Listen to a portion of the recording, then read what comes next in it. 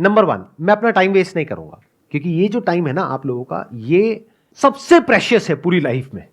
अभी आपका दिमाग खुला हुआ है, आप कुछ भी नया बड़ी जल्दी सीख सकते हो। जैसे से एज बढ़ेगी आपके लिए कुछ भी नया सीखना, या नया सीखना तो बहुत दूर की बात है, नए आइडियाज को एंटरटेन करना ही बहुत मुश्किल हो जाएगा। अगर मेरी बात समझ नहीं आ रही तो जाकर के अपने पेरेंट्स को देख लो, उनसे जाकर के किसी भी नई चीज के बारे में बात करो, वो एकदम से घबरा जाएंगे इन मेजॉरिटी ऑफ द केसेस, और वो कहेंगे नहीं नहीं ये सब बेकार होता है, बिना समझे। मैं ठीक कह रहा हूं गलत कह रहा हूं? कितने मेरी इस बात से एग्री कर रहे हैं? तो ये आपकी लाइफ का गोल्डन पीरियड है, डोंट वेस्ट इट। अगर आप ये सोच रहे हो कि पास में जैसा होता आया है कि मैं ये डिग्री लूंगा या लूंगी, उसके बाद में मेरी यहां पर जॉब लग जाएगी, उसके बाद में लाइफ सेट है, तो इस गलतफहमी से जितनी जल्दी हो सके बाहर आ जाओ। आने वाले टाइम में जो मीडियोक्रिटी है उसके लिए जगह नहीं बचने वाली है कॉर्पोरेट वर्ल्ड में। तो बहुत सारे लोगों की जॉब जाने वाली है। कौन होंगे वो लोग? जो मीडियोकर हैं इन द सेंस कि वो अपने आप को अपडेट नहीं कर रहे हैं टाइम के साथ साथ में, कि 5-10 साल पहले बस कॉलेज से एक डिग्री ले ली है, अब जॉब लग गई है, अब वो कहते हैं लाइफ सेट है। ये जिनकी लाइफ सेट है ना, उनकी लाइफ ऐसी हिलने वाली है कि उन्हें खुद भी नहीं समझ आएगा कि हुआ क्या है। कितने मेरी इस बात को मानते हैं कि अगर आप अपने काम के लिए, जो भी आप काम कर रहे हैं उसके लिए, चैट जीपीटी सिर्फ एक टूल नहीं है, ऐसे और भी बहुत सारे टूल्स हैं, अगर उन टूल्स को आप यूज करते हैं तो अपनी जो प्रोडक्टिविटी है उसको बहुत बढ़ा सकते हैं। तो जब आप अपनी प्रोडक्टिविटी को बढ़ा सकते हो 10 गुना से, तो 10 लोगों का काम एक इंसान कर सकता है। तो अगर मेरी एक आईटी कंपनी है और वहां पर 1 लाख लोग काम करते हैं और वो काम 10,000 लोग कर सकते हैं, तो मैं बाकी 90,000 का क्या करूंगा?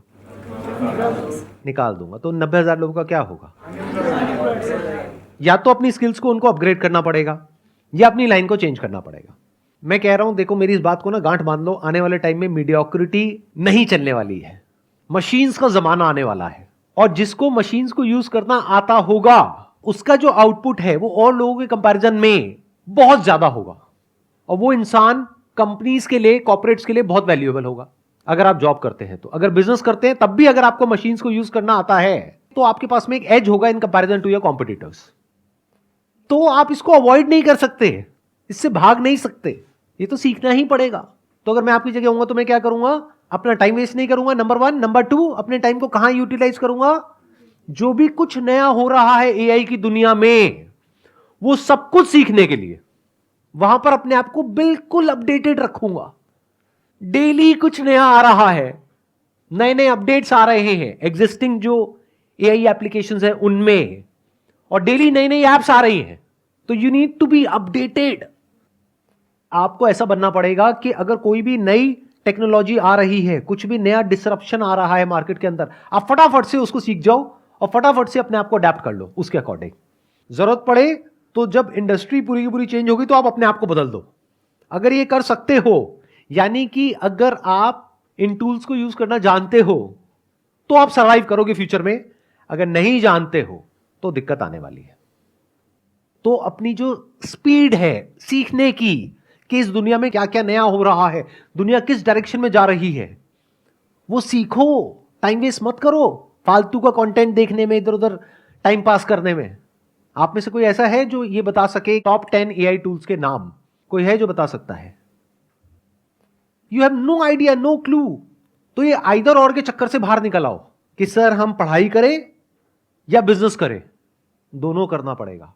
पढ़ाई इसलिए करनी पड़ेगी ताकि एक बेसिक क्वालिफिकेशन हो, तो आपके पास में एज आ जाएगा।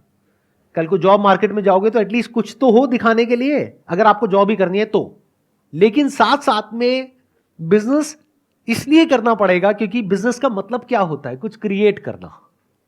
तो यू नीड टू अंडरस्टैंड कि अगर आपके पास में कुछ भी नहीं है, यानी पैसा नहीं है, रिसोर्सेज नहीं है, कुछ नहीं है, और आपको बोल दिया जाए सर्वाइव करो, क्या कर सकते हो सर्वाइव? अगर कर सकते हो तो कह सकते हैं कि हां, अब आप अंदर से एक एंटरप्रेन्योर हो। अब चाहे जॉब करो चाहे बिजनेस करो, उससे फर्क नहीं पड़ता है, आप एक क्रिएटर हो। And when I am talking about creator, I am not talking about YouTube creators, I am saying someone who can solve a problem और make lives better of other people in some way, जिसके लिए वो लोग पैसा देने को तैयार हो जाए, उसको एक क्रिएटर बोलते हैं। फॉर एग्जाम्पल, अगर मैं अभी आपकी एज में हूं, यानी मेरी एज है मान लो 18 साल, अब मेरे आगे एक चैलेंज है, मैं क्या करूं? जॉब की भी तैयारी करनी है, तो क्या उसको छोड़ दूं? अब वो मेरी अपनी कॉल है कि मैं छोड़ूंगा या करूंगा, बट मैं आपको रिकमेंड नहीं कर रहा छोड़ने के लिए, नंबर 1। बट एक बात पक्की है कि मैं साथ साथ में कुछ ना कुछ तो और करूंगा, ऐसा नहीं कि पूरी तरह से उस पर डिपेंड हो गया। जो एजुकेशन की पूरी जो डेफिनेशन है वो चेंज होने वाली आने वाले टाइम में। एजुकेशन मतलब क्या कि कुछ आपने सीख लिया है, अपने माइंड के अंदर भर दिया है और कुछ कर रहे हो। आने वाले टाइम में वो सब कुछ ऑटोमेटिकली हो सकता है। तो ये एक बहुत बड़ा क्वेश्चन मार्क है कि कौन वो लोग होंगे जो बचेंगे आने वाले टाइम में और कौन वो लोग हैं जो नहीं बचेंगे। If you can connect the dots, यानी अलग अलग चीजों को देख करके आप किसी तरीके से कुछ ऐसा क्रिएट कर सकते हो जहां से आप पैसा कमा सकते हो और सरवाइव कर सकते हो फाइनेंशियली, इंडिपेंडेंटली, अपने बेस पर, तो फ्यूचर आपके लिए है। लेकिन अगर आप कहते हो कि मैं तो सिर्फ इस डिग्री के बेस पे सरवाइव कर सकता हूं, तो आने वाले टाइम में उस डिग्री की इतनी वैल्यू नहीं रह जाएगी। इस स्किल की वैल्यू होगी जिसकी मैं बात कर रहा हूं, यानी कि कुछ अलग अलग हो, उसको जोड़ दिया जाए और कुछ ऐसा क्रिएट कर दिया जाए कि जहां से पैसा कमाया जा सके। फॉर एग्जाम्पल, आज हर दूसरा इंसान यूट्यूबर बनने के बारे में सोच रहा है। तो यूट्यूब में जो सबसे हाई पेइंग जो सेक्टर है वो है BFSI सेक्टर, यानी banking, finance, securities and insurance. तो मैं क्या करूंगा, मैं ऐसे टूल्स ढूंढूंगा जहां पर मैं ऑटोमेटिकली कुछ सेकंड्स के अंदर अंदर कुछ वीडियोस बना सकूं। और पहले मैं यूट्यूब पे जाकर के देखूंगा कि कौन सी ऐसी वीडियोस हैं जिसके ऊपर बहुत व्यूज आ रहे हैं या जिसकी सर्च वॉल्यूम बहुत ज्यादा है, गूगल पे और यूट्यूब पे। क्योंकि अगर गूगल पे ज्यादा है तो देयर इज अ पॉसिबिलिटी कि यूट्यूब पे भी ज्यादा होगी। अब मेरी इस थॉट प्रोसेस को समझना, आइडिया को मत पकड़ना, गड़बड़ हो जाएगी। आइडिया को पकड़ोगे फिर वही बंद दिमाग की तरह कॉपी करने लग जाओगे। लेकिन अगर थॉट प्रोसेस को समझोगे तो कुछ भी कर जाओगे। एक प्रैक्टिकल एग्जांपल दूं, एक वेबसाइट है by the name of pictory.ai, जहां पे आप टेक्स्ट इनपुट करोगे और वो उसको वीडियोस में कन्वर्ट कर देगा कुछ सेकंड्स के अंदर अंदर। ये काम करने में यूजुअली 2 से 4 दिन लगते हैं। तो क्या यहां से आपके दिमाग में कुछ आ रहा है या नहीं आ रहा है?